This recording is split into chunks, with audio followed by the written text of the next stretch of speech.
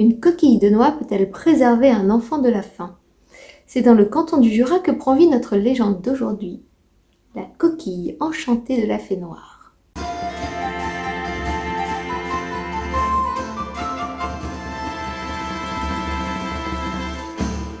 Pour notre vidéo d'aujourd'hui, cap sur le canton du Jura, dans la région de l'Ajoie. Et plus précisément à Villars-sur-Fontenay, à un mot du village de Fontenay, dans le district de Porrentruy. En allemand, ça se prononce Printrit. Et comme c'est la première fois que nous allons du côté du Jura, laissez-moi vous présenter rapidement ce canton. Le canton du Jura est le plus récent canton de Suisse et le moins riche. Et je pense que vous vous en doutez, mais on y parle le français. Le mont Rémeux est son point culminant puisqu'il s'élève à 1301 mètres et c'est dans ce canton que je trouve le village de Fontenay. Fontenay doit son nom à ses sources abondantes, dont celle de Bonnefontaine. Cette richesse naturelle est reconnue depuis longtemps. Dès le XVIe siècle, les sources de Fontenay alimentèrent Porrentruy et ses principales fontaines comme la Samaritaine et le Suisse. Une eau toujours aussi abondante qu'il faut protéger, dompter, purifier et distribuer toujours plus haut. Fontenay, c'est ainsi un village tour à tour, occupé, réquisitionné, incendié, pillé par les Français, les Suédois et les impériaux, pour simple motif qu'il leur était impossible d'entrer à Porrentruy. Ils se sont vengés sur les pauvres villages alentours, dont Fontenay. D'ailleurs, lors de l'incendie de 1644, seule une maison est épargnée par les flammes.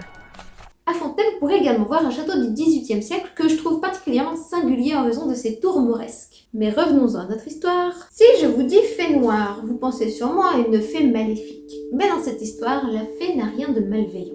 Elle est même beaucoup plus sympa que notre chère Frisette. Petite fiche si vous n'avez pas vu la vidéo. Sur un flanc des Chaignons, dans une grotte creusée par l'eau et le vent, vivait une très vieille fée. De nature douce et curieuse, elle aimait observer les habitants du coin sans bien sûr être vue.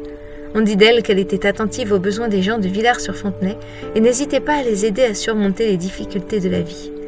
Et comme une bonne majorité de vieilles dames, elle aimait veiller au bonheur des enfants. Malheureusement, et surtout à cette époque, la vie était parfois rude. Une année, un hiver particulièrement terrible s'abattit sur la région. La neige recouvrait tout et la bise glaçait les eaux. Les eaux, pas l'eau. Enfin, les gens avaient froid. Et comme un malheur n'arrive jamais seul, les villageois se retrouvèrent à court de vivres. Et c'est dans ce contexte qu'une jeune femme prit le courage de sortir de sa maison et de braver le froid. Équipée de modestes châles pour se protéger de la bise, les extrémités gelées et crevassées, elle avançait péniblement dans la neige, l'esprit tourné vers son seul et unique objectif, trouver de la nourriture pour son bébé. Poussée par le désespoir, elle l'avait laissé, hurlant de faim, seule, dans son berceau.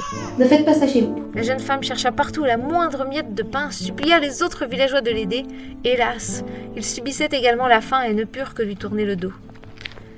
Consciente qu'elle ne trouverait rien, elle retourna chez elle passer avec son fils les derniers moments qui lui restaient. Elle poussa la porte, le froid s'engouffra dans la maison silencieuse, et ce qu'elle vit la figea sur place. Là, devant elle, se tenait la fée noire. La vieille fée, l'enfant lové contre elle, tenait dans sa main une petite coquille de noix d'où une fumée s'échappait. Elle y plongea une minuscule cuillère qu'elle ressortit, débordante et fumante de soupe. La jeune femme observa la scène. La coquille ne se vidait jamais et se remplissait au fur et à mesure de la succulente bouillie. De bonheur, la mère s'effondra aux pieds de la fée et la remercia avec tant d'ardeur et de reconnaissance que la fée noire, touchée, lui fit don de sa coquille magique.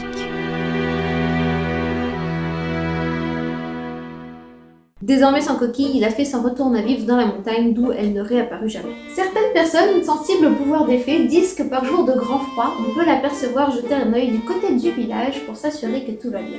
Si c'était moi qui devais analyser cette histoire, je serais bien embêtée parce que je trouve qu'il n'y a pas assez de matière. Alors qu'on va demander à un professionnel pour ça. Human! Bonjour tout le monde, aujourd'hui je vais m'efforcer de trouver une explication à toute cette histoire, puisque toutes les informations que l'on peut trouver sur internet, sont sujettes à interprétation. Prenez la noix tout d'abord.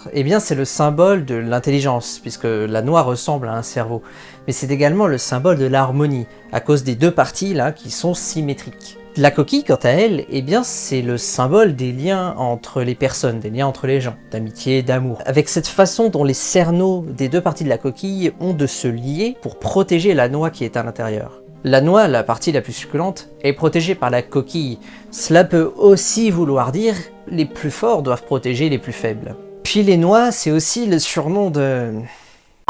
Toutes ces possibilités d'interprétation une fois mises ensemble nous présentent quand même le conte sous un tout nouveau jour. Pour commencer, notez l'absence de la figure paternelle dans le conte. Est-ce que le mari est parti à la guerre, ou est-il mort de la famine, ou alors est-ce qu'il est simplement parti ? Quoi qu'il en soit, ici, la mère doit donc assumer seule les deux rôles parentaux, le rôle de la mère et le rôle du père. Elle doit faire preuve de 2 fois plus d'effort et de courage. Vient alors la fée noire, sous la forme d'une vieille dame.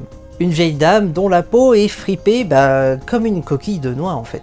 La vieille dame, elle, représente l'archétype de la grand-mère protectrice, la grand-mère bienveillante. Bienveillante mais aussi un petit peu inquiétante. Je suis sûr qu'on a tous eu une grand-mère comme ça. Et comme la coquille, elle est là pour protéger le cœur tendre, l'enfant. Elle le protège de ses bras et lui donne de quoi survivre. Lorsque tout va mal, vous pouvez toujours compter sur votre mère ou le soutien indéfectible de votre grand-mère pour vous venir en aide.